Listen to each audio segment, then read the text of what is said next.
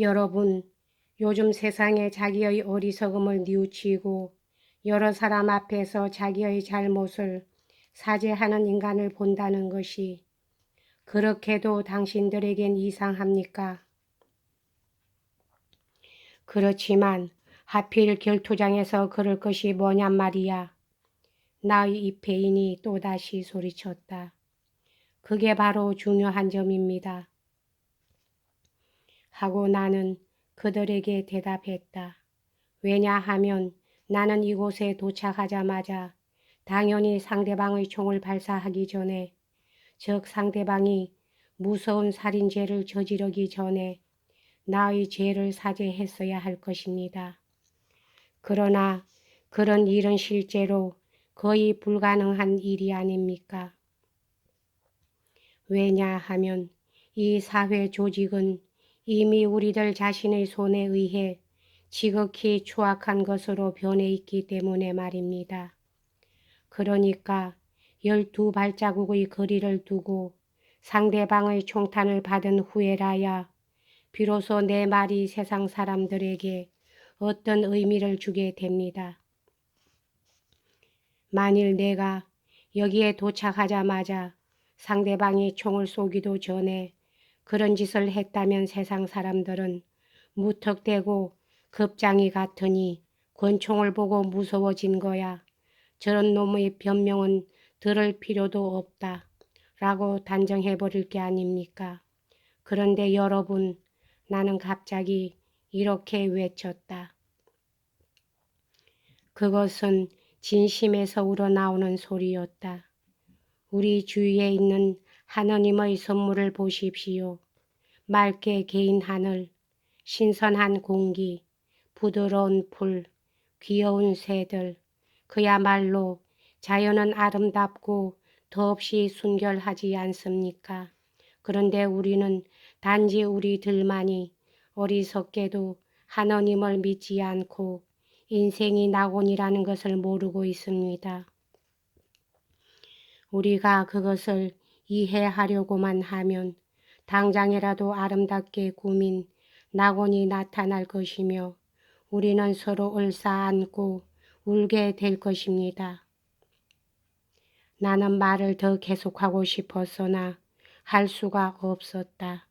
내 목소리에는 뭔가 감미롭고도 싱싱한 감격이 서렸고 마음속은 일찍이 경험해 보지 못한 행복감으로 가득 찼다. 당신의 말은 모두 이치에 맞는 훌륭한 것입니다. 하고 상대방은 나에게 말했다. 그렇지만 어쨌든 당신은 참으로 이상한 분이로군요. 저를 비웃어 주십시오. 하고 나도 역시 웃으면서 말했다. 그렇지만 뒷날에 가서는 당신도 인정해 주실 겁니다. 아니, 나는 지금이라도 스슴치 않고 찬동할 용의가 있습니다. 자, 나와 악수를 해 주십시오. 당신이 진실한 분이라는 것을 나는 믿기 때문입니다. 아닙니다. 지금은 안 됩니다. 앞으로 내가 좀 더 훌륭한 인간이 되었을 때, 정말로 당신의 존경을 받을 만하게 되었을 때 악수를 하기로 합시다. 그러는 편이 당신에게도 유쾌할 테니까요. 우리들은 집으로 돌아왔다. 내 입회인은 집으로 돌아오는 도중 줄곧 나를 맹렬히 비난하였으나 그럴 때마다 나는 그에게 키스를 해 주었다. 나의 동료들이 곧 이 소식을 듣고 그날로 나를 재판하기 위해 모였다. 군복을 들여폈으니 곧 제대 신청을 내게 해야 한다. 라고 그들은 떠들어댔다. 그러나 나를 변호하여 그렇지만 어쨌든 상대방의 총탄 앞에 태연히 서 있지 않았는가 라고 말하는 사람도 있었다. 그건 그렇지만 그 다음 총알이 무서워 결투장에서 용서를 빌었던 거야. 그러자 내 편을 드는 동료들은 이렇게 반박했다. 만일 정말로 그가 탄환을 무서워했다면 용서를 빌기 전에 자기 편에서 먼저 쏘았을 것이 아닌가.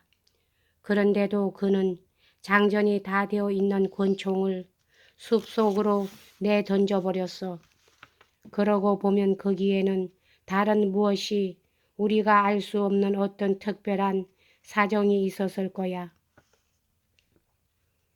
나는 잠자코 듣고만 있었으나 그들을 바라보고 있는 동안 오히려 유쾌해지기까지 했다. 여러분 하고 나는 말했다. 제대 신청권에 관해선 염려하실 건 없습니다. 나는 이미 수속을 끝마쳤으니까요. 나는 오늘 아침 연대 본부로 제대 신청서를 발송했습니다. 제대 발령이 나는 대로 나는 곧 수도원에 들어갈 작정입니다. 실은 내가 연대를 떠나는 이유도 거기에 있는 셈이지요. 내가 이렇게 말하자마자 모두들 일제히 폭소를 터뜨렸다. 그렇다면 애초부터 그렇게 말할 게지. 그럼 이 문제는 해결이 되었네. 수도사를 재판할 수는 없는 일이니까. 그들은 좀처럼 웃음을 그칠 줄 몰랐다. 그러나 그것은 결코 비웃음이 아니라 다정스럽고 유쾌한 웃음이었다. 모두들은 나를 가장 과격하게 비난하던 사람들까지도 곧 나에게 친절하게 대해주기 시작했다. 퇴직 발령이 나오기까지 한 달 동안은 모두들 나를 떠받들듯이 하고 다녔다.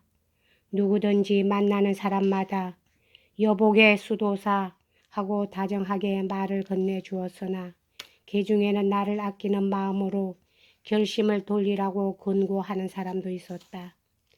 자네 도대체 어쩌려고 그러나 하는 사람이 있는가 하면 아냐, 저 친구는 우리 동료들 중에서도 용감한 축에 드는 사나이이기 때문에 적의 사격을 태연히 받을 수 있었으나 자기 권총을 쏠 수 없었던 것은 바로 그 전날 수도사가 되라는 꿈을 꾸었기 때문일 거야 하는 사람도 있었다.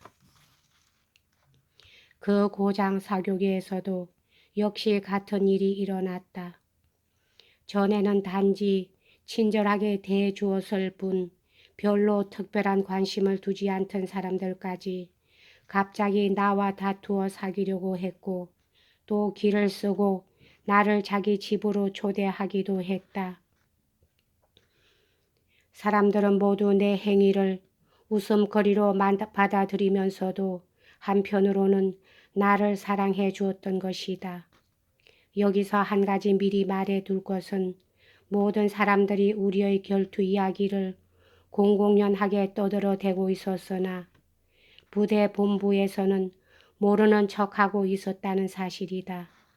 그 이유는 나의 상대방이 우리 부대의 장군과 가까운 친척 관계에 있었다는 사실과 또 사건이 피를 흘리지 않고 마치 장난같이 끝나버리고 말았다는 것, 그리고 내가 제대 신청서를 제출하였으므로 모든 일을 농담으로 돌려버리고 말았기 때문이었다.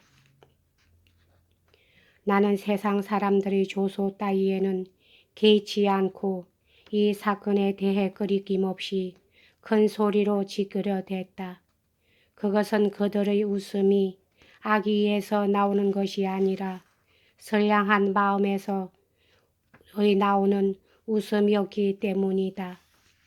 이런 이야기는 주로 저녁 야회석상 부인네들이 모이는 자리에서 벌어지곤 했다. 부인네들이 유난히 내 이야기에 흥미를 가지고 남자들에게까지도 귀를 기울여 듣도록 강요하는 것이었다. 그렇지만 어떻게 나는 모든 사람에게 죄를 범했노라고 말할 수 있어요? 하고 사람들은 나에게 맞대놓고 빈정거리며 말했다. 예를 들어 나도 당신에게 죄를 저질렀단 말씀인가요? 그것은 당신네들이 알 까닭이 없지요. 하고 나는 대답하곤 했다. 오랜 옛날부터 세상 전체가 그릇된 길로 떨어져 들어가 허무맹랑한 거짓을 진리라 믿고 다른 사람에게까지 거짓을 요구하고 있는 형편이니까요. 그러니만큼 나는 마음을 굳게 먹고 생전 처음으로 진심에서 우러나는 행동을 취했습니다. 그랬더니 여러분들은 나를 미친 사람으로 취급하기 시작했습니다. 그야 물론 여러분들은 나를 사랑해 주시는 것이겠지만 그래도 역시 나를 웃음거리로 여기고 있지 않느냐 말입니다. 어째서 우리가 당신 같은 분을 사랑하지 않을 수 있겠어요? 하고 그 집안 주인이 웃으며 나에게 말했다. 그 자리에는 사람들이 가득 차 있었는데 이때 갑자기 여자 손님들 가운데서 젊은 부인 하나가 일어섰다. 그 부인이야말로 나로 하여금 결투를 청하게 한 원인이 된 여자. 얼마 전까지도 미래의 나의 아내로 점찍고 있던 바로 그 여자였다. 나는 그녀가 이 야회에 온 것을 전혀 알지 못하고 있었다. 그녀는 일어나서 나에게로 다가와 손을 내밀고 신뢰의 말씀 같지만 나야말로 당신을 비웃지 않은 첫 번째 사람이라는 것을 말씀드리고 싶어요. 아니, 오히려 그때 당신이 취하신 행동에 눈물로서 감사드리는 동시에 당신에게 깊은 존경의 뜻을 표하고 싶습니다. 그녀의 남편도 역시 내게로 가까이 다가왔다. 그러자 그 자리에 모인 사람들 모두가 내게로 몰려와 나에게 입이라도 맞출 듯한 기세였다. 내 마음은 환희에 넘쳤으나 이때 갑자기 다른 사람들과 함께 나에게로 다가오고 있는 어떤 나이 지긋한 신사의 모습이 누구보다도 내 주의를 끌었다. 나는 전부터 그의 이름을 알고 있었으나 별로 안면이 있는 사이도 아니었으므로 그날 저녁까지 한 번도 말을 건넨 일조차 없었다. 여기까지 하겠습니다.